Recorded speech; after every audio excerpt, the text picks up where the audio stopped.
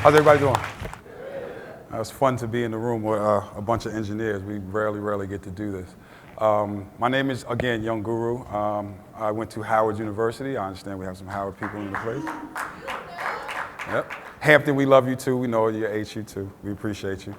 But again, I'm here today to talk about the intersection of music and engineering. It's a really incredible time for me. I know I look like I belong out there with you guys, like I'm 20 years old, but I'm actually 41. And I've been doing this for probably the past 25 years of my life. And I've had the chance to watch the industry change from a completely analog world to now a completely digital world. And there's some challenges and some advantages from that happening.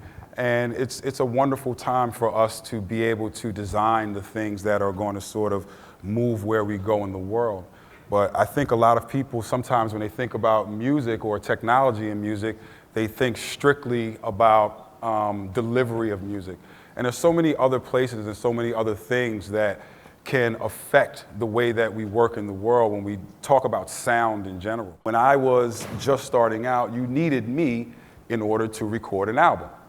You needed someone that knew how the studio worked. As a musical engineer, for those that don't know, it was my job to figure out the equipment in the studio, put together an album, hand that album in. Now most people can record an album in their bedroom. It's very easy to do with the proper knowledge. But you don't learn all the lessons that you learn in the studio. We lost that culture. We lost the ability to be able to pass down the knowledge that isn't in any books. So that's sort of my purpose and why I do what I do, is to make sure that the science of what I love isn't lost and that it's given to the next generation, and to sort of guide them into what they should be doing to move successfully in this business now. We made a mistake, as most people that don't understand what they're doing do. When Napster came out and downloading started to happen, everyone in my business couldn't understand how we were going to survive. How were we going to sell music when music is free? The technology was moving too fast for us. You have to understand that record companies were big ships, and it's sometimes hard to really move and maneuver a big ship into whatever the new thing is going to be. So we didn't learn from tech companies.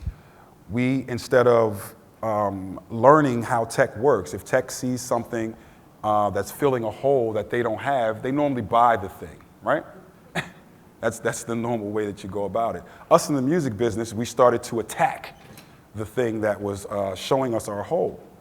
So we had to learn that lesson very quickly, that by attacking Napster, by attacking these other services, we lost the ability to buy them and to incorporate them into what we were doing. And in essence, we let a computer company come in and take over our business. I can remember sitting in some meetings. I used to work for Def Jam, and I can remember sitting in some meetings saying to them, why are we giving our songs to Steve Jobs? He makes computers. You're trying to tell me that no one in our IT department knows how to make a website? That's all iTunes is. It was a website. So we lost that battle, and we allowed them to come in and take over our business. So we've been playing catch up ever since. The new thing is streaming. Streaming music has become the way that we now listen to music. Music consumption is at an all-time high. Selling of music is at an all-time low. So we have to figure out how to make money off of streaming music. This is the technology that will allow us to compensate for the fact that no one buys albums anymore. If you look at the music business and what we've created and the amount of intellectual property that gets passed around this planet on a daily basis, we don't reap the value of that. We haven't figured out with our streaming services how to do that. At that point is when an engineer perks up. There's a problem. That's what we do. We solve problems. It's an engineer's job. So I would look at the playing field and I would go, if I can't create the platform, let's fix the platforms that are out there. Let's properly compensate our artists for the music that they make. Well, there's not enough services out there. There's not enough technology yet. Or let's say the technology hasn't been properly used yet for us to do that. This is where you guys come in. Again, when people say to you, Look at the holes, fill up the holes. That's something that I tell my students all the time. The way to be successful in business is to figure out the problems, find out where the holes are, and to fill up those holes. Well, again, that's like someone saying to me, do your best. What does that mean? That means that right now, I need you guys to write programs that will allow me to track my music. I need you guys to write programs that will connect the artist to the places that are streaming their music. This time is pregnant for that. This is $1 million idea number one. Write this down. $1 million idea number two. I'm a club DJ. I've DJed across the world for many years. I play music all over Africa, Asia, any continent you want to name, probably except for Antarctica. I've never been there. But there's no connection between the music that I play and the artist being compensated. It was a lot harder when I was playing vinyl all day. I would have to write a list for major clubs of everything that I played, and the club owner would have to pay a certain fee for using music to sell alcohol and to sell entry tickets into the club. Nowadays, we don't play off vinyl anymore. We play off of a computer. We use programs like Serato, Tractor, CDJs, all these different things. $1 million idea number two is that I need one button at the end of my night to press and to upload my playlist, so that then the artist that I'm playing their music can get paid. 3D sound is where we're going next. This is one of the biggest things that no one's figured out yet. Directional sound. And maybe some people don't understand what I mean. When you listen to these two speakers, sound is coming at you on one plane. You're listening as a human being to music or to sound or to my voice coming at you in one direction on one plane. But that's not really the way human beings hear. We're lucky enough that we have what we call directional sound, meaning that if an airplane flies over my head, I could tell you exactly where the airplane is without looking at it because I can hear the sound of where it's going. We now have technology that allows us to replicate that, but we're not using it to its biggest degree. $1 million idea number three. By the time I get off of here, you guys better not tell me that you don't have no $1 million ideas. But seriously, this is something that is on the cusp of what I'm trying to develop with a lot of different people, and what I need you guys to sort of help us develop. And we can apply this to all of the different things that we're doing right now. VR is becoming a really, really big thing inside of Hollywood and just in movies and video games in general. But my mind, as I look at these things, finds the problem. I saw a really good demonstration of a lot of the different VR, but the problem with VR is that as a storyteller, I can't direct your attention. How many people have seen VR before or watched something in VR? Then you understand what I mean. This is an open world where I can look anywhere I want to look and do anything I want to do. But as a storyteller, how do I direct your attention in VR?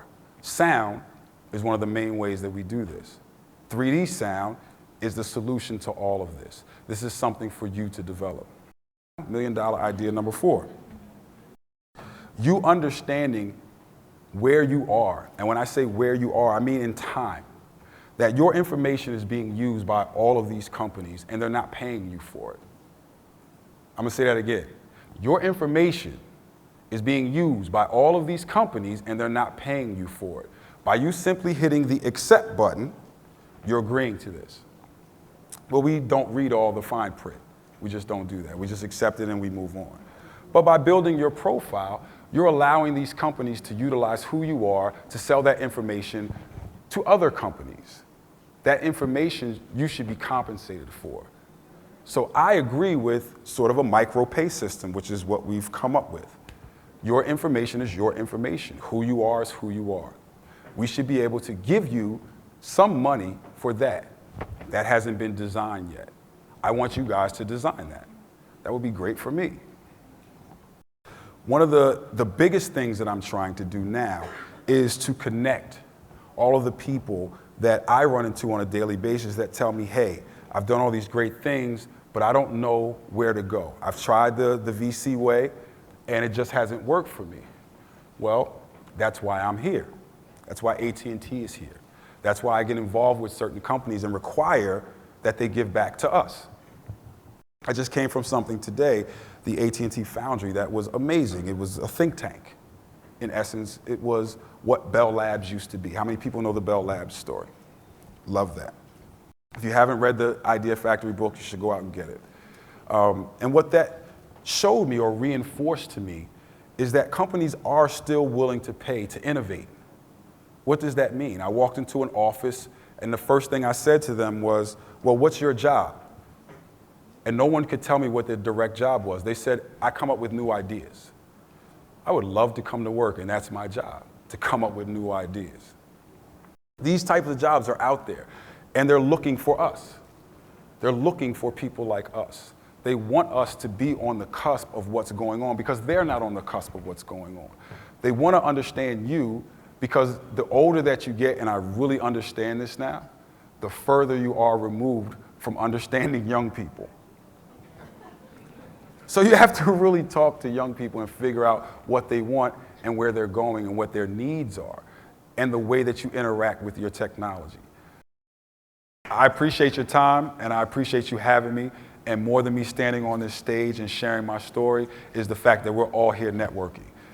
That's super important to me. Young people, the things that I've talked to you today on this stage and also in private, I want you to take those things and internalize them. I wish that I had someone that told me all of these things when I was in school. I had to figure these things out. But you have a leg up on all of us. Please utilize all of this information. Utilize your resources. Utilize yourselves as a resource. That's one of the biggest resources that you're going to have is yourselves, meaning all the people that are surrounded by you every day and all the people that you affect. We have a big job to do. We have a huge job to do. And let's make sure that we do that job. I appreciate you. I thank you. If there's any way I can help you, please let me know.